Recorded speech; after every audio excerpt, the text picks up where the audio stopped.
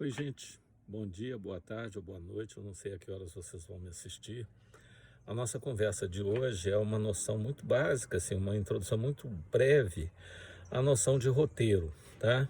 E eu vou fazer dessa vez um vídeo em movimento, um pouco para explorar alguns aspectos dessa ideia, meio do ponto de vista amadorístico, é óbvio, mas de alguma maneira já trabalhando aquilo que é para nós um dos objetivos do curso, que é identificar, né, a linguagem do cinema, o modo como ela opera para nos convencer de uma realidade que ela cria e, ao mesmo tempo, elementos dessa linguagem sendo destrinchados, a gente consegue ver e entender melhor o cinema. Então eu começo com aquilo que os cineastas chamam uma externa, né?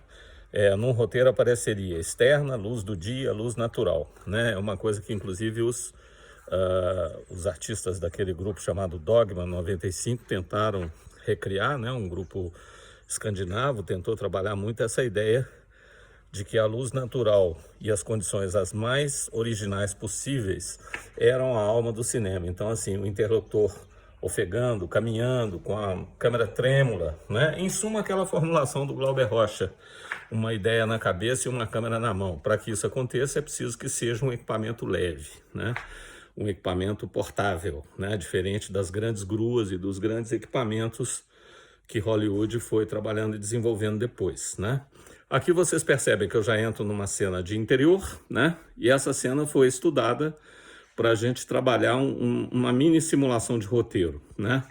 Quando eu dou aula presencial, em geral eu faço uso da sala de aula como um exemplo. A sala de aula é um espaço mais neutro, mais vazio, em geral com paredes brancas, e eu proponho uma situação hipotética, né? Eu brinco com os alunos, até porque com muita frequência eu me atrasava para chegar às aulas e eu sempre falava com os alunos, imagine que eu queira narrar uma história, e a história que eu quero narrar é de um professor atrasado e da irritação que isso provoca nos alunos. Então, qual seria o modo narrativo? Eu poderia deixar uma câmera parada sobre a mesa do professor,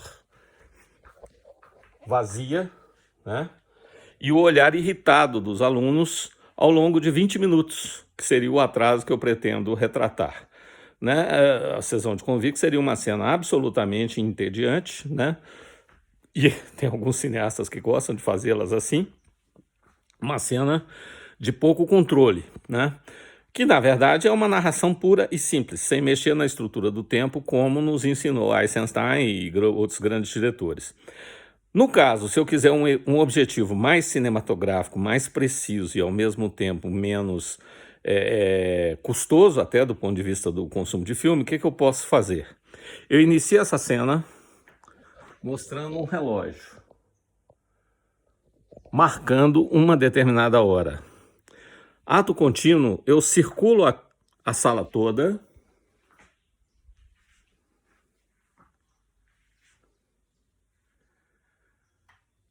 que nesse caso, voltando ao relógio, que nesse caso não seria, né, um ambiente tão cheio e confuso, né, não seria um escritório desorganizado como é o meu. E ao voltar ao relógio, eu paro nele mais um pouquinho para as pessoas verem a hora. Depois eu corto e vou para as fisionomias dos estudantes, né? Cada um mais aborrecido que o outro. Um mexendo no celular, o outro com o olhar paradão, assim, cara de paisagem, né? Um outro absolutamente entediado, né? Limpando as unhas, né? E assim sucessivamente. Depois de 30 segundos mostrando esses takes, né? Mostrando esses close-ups, eu volto novamente ao relógio que eu pedi para um assistente de produção antecipar em 20 minutos e colocar precisamente os 20 minutos. Ou seja, em apenas 40 segundos, eu dei ao espectador a percepção do que era o ambiente, eu trabalhei com ele com o contexto, ou seja, um professor atrasado, e trabalhei com imagens que reiteram e reforçam esse contexto, né? Isso é basicamente uma atividade, uma característica típica do roteiro, né? Porque o roteiro, ele destaca para aqueles que vão estar envolvidos na produção quais serão os passos que serão seguidos e qual é mais ou menos o objetivo de cada cena, cada diálogo, cada enquadramento, cada tipo de luz, cada tipo de acontecimento, né? Os grandes gênios do cinema sempre trabalharam isso com muita galhardia, com muita precisão, né? E existe uma anedota que eu acho muito interessante, anedota no sentido, né, um caso pitoresco, que eu acho extremamente interessante, que é, na minha opinião, um melhor exemplo de qual é a diferença entre o roteiro e uma história, né?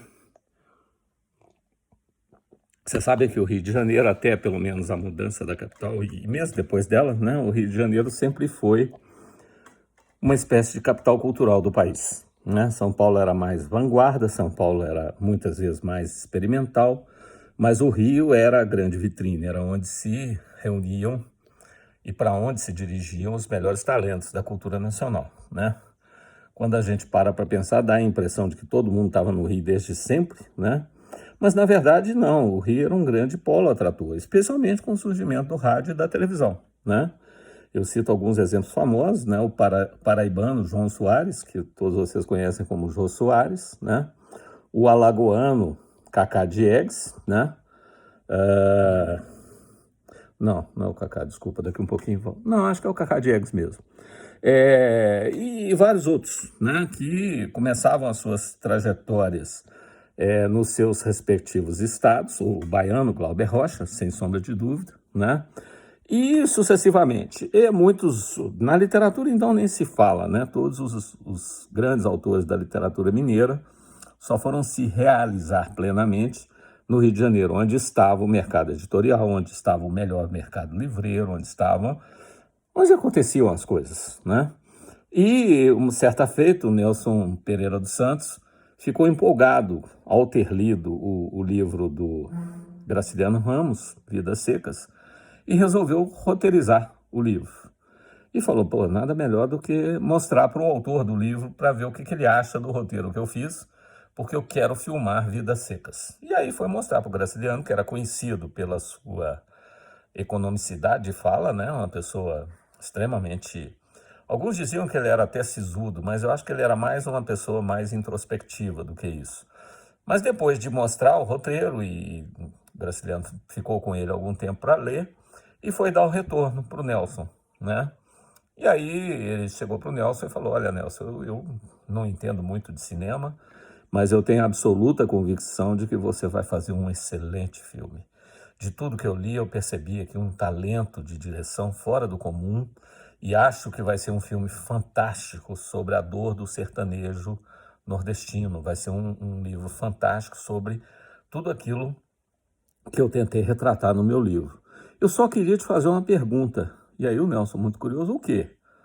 A pergunta, por que você colocou no seu filme o nome do meu livro? Que é uma ironia, aquela ironia que só os homens muito inteligentes têm, né? E ele estava dizendo para o Nelson aquilo que possivelmente muitos outros da literatura já disseram para outros do cinema, né? Assim, olha, um livro é um livro, um filme é um filme, né? A imaginação que eu mobilizo num livro, ela é individual, ela é uma experiência única do leitor. O leitor para o qual eu escrevo e que eu imagino é um espectador individualíssimo, né? Já o filme, não. O filme é uma narrativa industrial, uma narrativa diferente, igualmente importante, igualmente bem propositada, que provavelmente gera os mesmos impactos estéticos e artísticos, né? Ou similares, né? Mas um filme é um filme, um livro é um livro, né? Todo mundo que assiste obras literárias sabe disso. E o verdadeiro talento está exatamente em saber fazer a transcriação de modo adequado, né? Um exemplo que eu também sempre cito é o filme As Ligações Perigosas, né? Cuja versão a que eu mais gosto é a do Stephen Frears, não por acaso um inglês, os ingleses são excelentes leitores e excelentes cineastas, em que ele, ao transcrever a última cena do livro, que lá na origem iluminista, As Ligações Perigosas é um romance caracterizado por troca de correspondências, ele alinhava todas as correspondências trocadas entre a Marquesa, o Valmont, a personagem que depois a Michelle Pfeiffer faz, que recebe o nome de presidenta, né, presidente, sei lá, de uma associação, uma coisa assim. São cartas trocadas, são cartas de amor e de paixão, né? E o personagem da Marquesa, que é a Glenn Close, é uma pessoa absolutamente abjeta, ela vaza seletivamente, ela mostra essas correspondências, ela manipula as pessoas, como é típico da sociedade de corte, que no livro é retratada, né? E no filme, o Frias foi extremamente feliz ao colocar metade do tempo das tomadas, ela está se maquiando, ela está se preparando para aparecer, né? Então, a hora ela está empurrando a peruca, a hora ela está se vestindo, a hora ela está sendo assistida pelas criadas e ela está sempre impoluta e etc. No livro original, o final é bem dramático, né? Ela contrai varíola, que era uma doença, ainda é uma doença hoje menos comum, mas é uma doença que, dependendo da gravidade, pode deformar as pessoas. Imagina no século XVIII, né, ou XVII. Então ela contrai varíola e fica com a cara toda marcada, com o rosto todo marcado pelas pústulas, pelas cicatrizes, pelas sequelas da doença, né? E ela tenta aparecer em público e é vaiada, né? E é colocado. E o autor é hostilizado, vamos dizer assim. E o autor escreve: então toda a corte a viu por fora, como ela sempre fora por dentro, né? Ou seja, a feiura interior dela voltou para o rosto, né? E no livro isso tem um efeito fantástico, né? No filme o Frias sabia que não ia dar o mesmo efeito. Você mostrar uma mulher sangrando, cheia de feridas e com cicatrizes no rosto, tá mais para Halloween do que para um filme sofisticado como ele fez, né? Então, qual foi a solução estética que ele teve? Genial, ele simplesmente mostra a Glenn Close diante do tocador, limpando a maquiagem, tirando a maquiagem com um lenço umedecido, né? E aos poucos ela vai ficando pálida, ela vai ficando... A maquiagem era usada para empalidecer, né? Ela vai ficando na cor natural, mas uma palidez mais doentia, um rosto sem vida, sem marcas, que a pintura dava. Então é um roteiro fantástico, muito bem elaborado, né? No meu curso, nesse momento, nós estamos numa altura que eu recomendaria a leitura de alguns roteiros cinematográficos. A Rocco publicou vários do Tarantino, que são geniais. Tem uma cena que eu particularmente vou daqui um pouco disponibilizar para vocês por um PDF, mas que é fantástica, que é aquela cena no filme Pulp Fiction, em que morre aquele garoto que estava no banco de trás do carro. Não sei se você se lembra, os dois protagonistas entram numa boca de fumo, né, vamos chamar assim, eles matam um dos traficantes que tinha enganado o Julius, capturam o outro para levar até o chefe para um acerto de contas, né? E no meio da coisa, segundo o roteiro original, aparece um buraco no asfalto e o John Travolta, que estava com um revólver apontado para o rapaz, olhando para trás, dispara acidentalmente o revólver, né?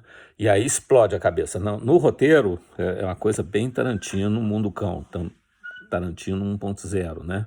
Então, no roteiro mostra. Então, ele sofreu e agonizou por algum tempo.